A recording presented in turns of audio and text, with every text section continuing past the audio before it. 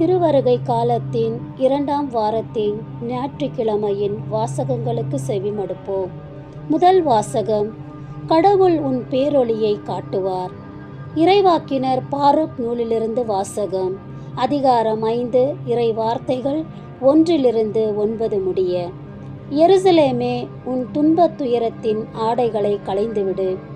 கடவுள் உனக்கு அருளும் மாட்சியின் பேரழகை என்றென்றும் ஆடையாக அணிந்து கொள்.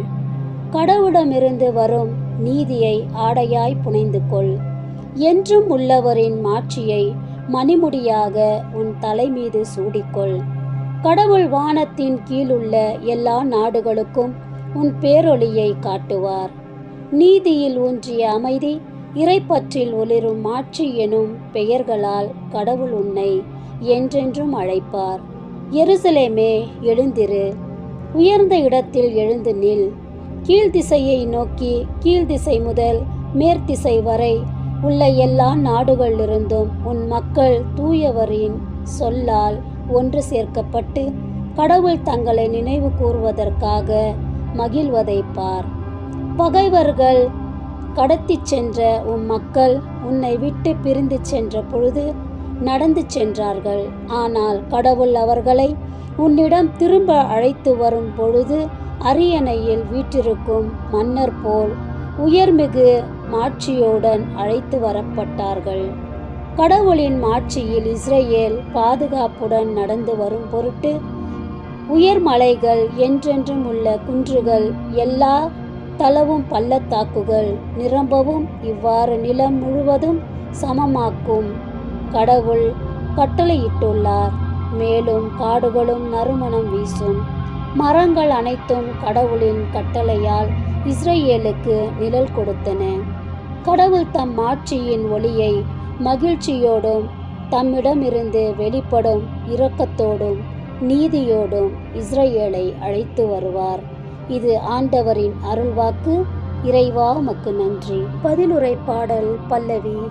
ஆண்டவர் நமக்கு மாபெரும் செயல்கள் புரிந்துள்ளார். சீயோனின் அடிமை நிலையை ஆண்டவர் மாற்றிய போது நாம் ஏதோ கனவு கண்டவர் போல் இருந்தோம். அப்போது நமது முகத்தில் மகிழ்ச்சி காணப்பட்டது, நாவில் களிப்பாராவாரம் எழுந்தது. பல்லவி. ஆண்டவர் நமக்கு மாபெரும் செயல்கள் புரிந்துள்ளார்.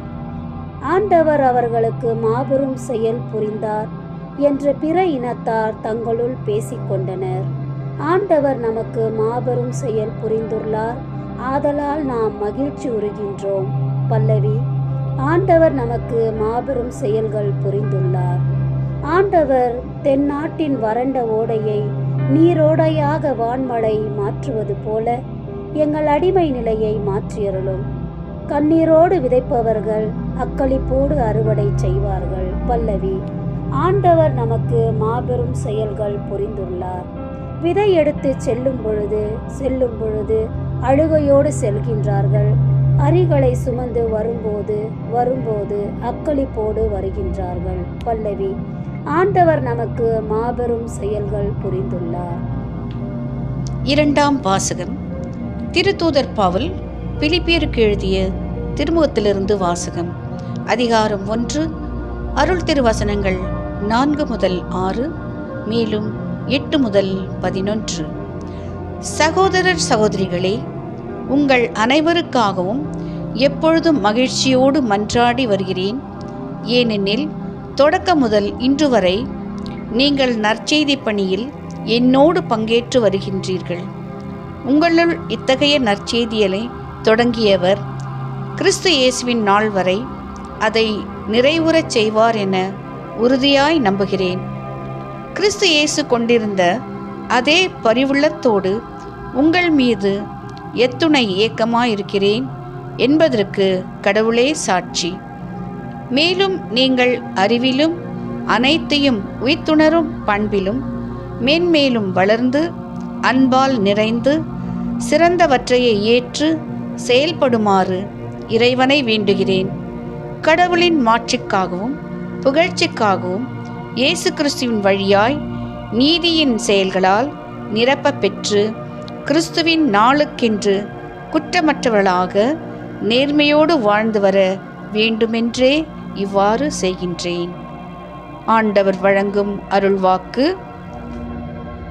இறைவனுக்கு நன்றி. அல்லேலூயா, அல்லேலூயா, அல்லேலூயா, அல்லேலூயா, அல்லேலூயா, அல்லேலூயா, அல்லேலூயா, அல்லேலூயா. ஆண்டவருக்காக வழியை ஆயத்தமாக்குங்கள், அவருக்காக பாதையை செம்மையாக்குங்கள். மனிதர் அனைவரும் கடவுள் அருள் மீட்பை காண்பர். அல்லேலூயா, அல்லேலூயா, அல்லேலூயா, அல்லேலூயா, அல்லேலூயா.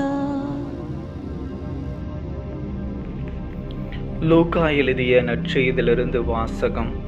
அதிகாரம் 3, திருவசனம் 1 முதல் 6 வரை.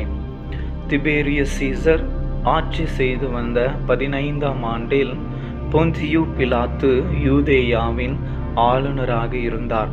ஏரோது கலிலேயா பகுதிக்கும் அவன் சகோதரராகிய பிலிப்பு யுதரேயா திரகோனித் பகுதிக்கும் லிசினியா அபிலேன் பகுதிக்கும் குறுநில மன்னர்களாக இருந்தனர். அன்னாவும் கைஃபாவும் தலைமை குருக்களாயிருந்தனர். அக்காலத்தில் ஜக்கரியாவின் மகன் யோவான் பாலை நிலத்தில் வாழ்ந்து வந்தார். அவர் கடவுளின் வாக்கை பெற்றார். பாவ மன்னிப்பு அடைய மனமாறி திருமுழுக்கு பெறுங்கள் என்று யோர்தான் ஆற்றை அடுத்துள்ள பகுதிகள் அனைத்துக்கும் சென்று அவர் பறைசாற்றி வந்தார். இதை பற்றி இறைவாக்கினர் எசையாவின் உரைகள் அடங்கிய நூலில் இவ்வாறு எழுதப்பட்டுள்ளது. பாலை நிலத்தில் குரல் ஒன்று முழங்கிற்று. ஆண்டவருக்காக வழியை ஆயத்தமாக்குங்கள், அவருக்காக பாதையை செம்மையாக்குங்கள். பள்ளத்தாக்குகள் எல்லாம் நிரப்பப்படட்டும், மலை குன்று யாவும் தாழ்ந்தப்படட்டும், கோலலானவை நேராக்கப்படட்டும், கரடு முருடானவை சமமாக்கப்படட்டும். மனிதர் அனைவரும் கடவுள் அருள் மீட்பை காண்பர். இது கிறிஸ்து வழங்கும் நற்செய்தி. கிறிஸ்துவே உமக்கு புகழ்.